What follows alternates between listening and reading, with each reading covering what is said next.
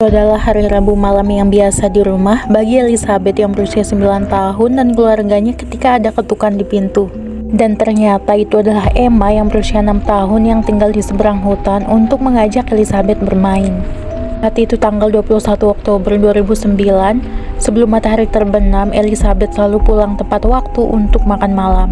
Selain Elizabeth juga takut akan kegelapan, rumah mereka juga di dekat hutan yang pastinya akan menakutkan bagi anak-anak.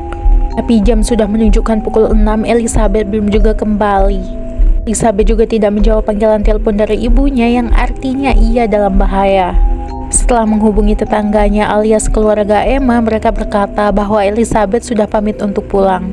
Diduga di tengah perjalanan pulang, Elizabeth dialihkan oleh Alisa, saudara tiri Emma yang berusia 15 tahun, untuk kembali ke rumahnya menggunakan telepon. Setelah itu, Alisa mengajak Elizabeth ke arah hutan karena Elizabeth takut kegelapan dan tahu siapa Alisa, jadi ia percaya pada Alisa. Tapi Elizabeth tidak bisa mengantisipasi apa yang akan terjadi selanjutnya adalah mimpi buruk. Alisa secara brutal membunuh Elizabeth dengan menyayat leher dan lengannya, kemudian ditikam hingga tewas. Polisi yang menyelidiki kamar Alisa menemukan banyak kata-kata kasar dan aneh yang ditulis di dinding kamarnya. Di sudut kamar ruangan terdapat puisi tentang pembunuhan yang ditulis menggunakan darah. Di sudut lain juga ditemukan banyak sketsa orang-orang yang sedang menyakiti dirinya sendiri. Tapi temuan yang paling mengganggu adalah temuan buku harian. Di catatan terbarunya, ia menulis catatan tapi telah dicoret menggunakan pena biru. Tapi penyidik mencoba menggunakan cahaya biru agar bisa ia baca. Catatan terbaru itu ditulis di hari yang sama ketika Elizabeth menghilang. Catatan itu mengungkapkan, "Aku baru saja membunuh seseorang. Aku mencekiknya, menggorok lehernya, lalu menikamnya. Sekarang ia telah mati. Perasaanku tidak karuan, tapi aku merasa luar biasa. Ya Tuhan, perasaan ini cukup menyenangkan.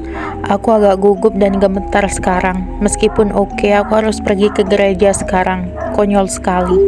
Catatan itu memberatkan hukuman bagi Alisa dan akhirnya ia mengaku ketika ia diinterogasi. Catatan harian itu benar-benar mengungkapkan gambaran mengerikan tentang seorang pembunuh muda yang kejam. Akhirnya Alisa dijatuhi hukuman seumur hidup tanpa pembebasan bersyarat. Dan tubuh Elizabeth ditemukan di kuburan dangkal, salah satu dari dua yang diakui Alisa untuk digali seminggu sebelum aksi pembunuhannya. Hingga ini menimbulkan spekulasi bahwa saudara kembarnya lah korban asli yang dituju Alisa. Buku harian itu membuat ia dijatuhi penjara seumur hidup terlepas dari usia mudanya, meskipun awalnya hanya penjara 10 tahun. Tapi buku harian itu layaknya lapisan gula pada kue yang memperkuat nasib Alisa. Apa yang kamu dengar selanjutnya mungkin terdengar seperti catatan harian yang ditulis oleh Charles Manson atau tokoh dari serial pembunuh. Pembunuhan itu benar-benar muncul dalam buku harian yang disimpan oleh seorang gadis muda bernama Pearl. "Aku menikam seorang wanita yang tidak bersalah sampai mati hari ini. Secara teknis kemarin, karena ini jam 1 pagi. Itu adalah pembunuhan luar biasa yang membuatku bersemangat. Tidak seperti yang lain. Perasaan ini rasanya tidak nyata, berkedip, berkilau, dan adrenalin dalam pertarungan. Bagaimana aku bisa menggambarkannya? Semuanya tidak nyata. Aku sangat bangga pada diriku sendiri. Aku menikamnya setidaknya 20 kali atau lebih. Aku tidak menghitungnya." Wanita itu berteriak dan meminta tolong. "Sekarang aku harus menjelaskan alasannya. Selain fakta aku adalah seorang psikopat pembunuh, aku mempunyai kebencian mendalam terhadap orang-orang saat ini. Kemarin aku kehilangan cincin emasku. Aku memakainya dengan rantai di leherku karena itu ditipu oleh wanita yang aku bunuh. Nasibnya begitu aneh." Itulah isi diarinya. Namun Pearl salah. Wanita acak yang ditikam adalah seorang perawat yang ia kira orang biasa. Malam ketika kejadian di taman, Pearl bersembunyi di semak-semak dan menikam wanita itu ketika pasangan wanita tersebut sedang ke toilet. Setelah itu, Pearl meninggalkannya begitu saja karena ia pikir ia sudah mati. Ia kemudian menulis di buku hariannya pengalaman yang menurutnya mendebarkan sekaligus menyenangkan itu. Ia tak sadar bahwa korbannya selamat dari kejadian itu.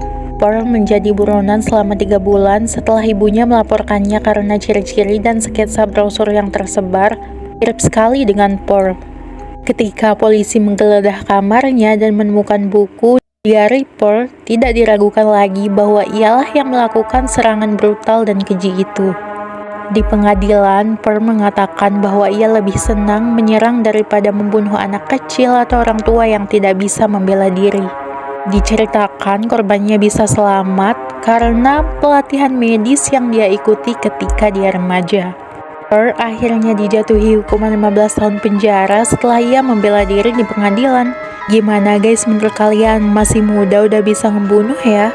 Dunia juga masih di bawah umur. Hati-hati ya memberikan tontonan yang tidak pantas seperti kekerasan bagi anak-anak kita agar mereka tidak menirunya. Jangan lupa like dan subscribe ya.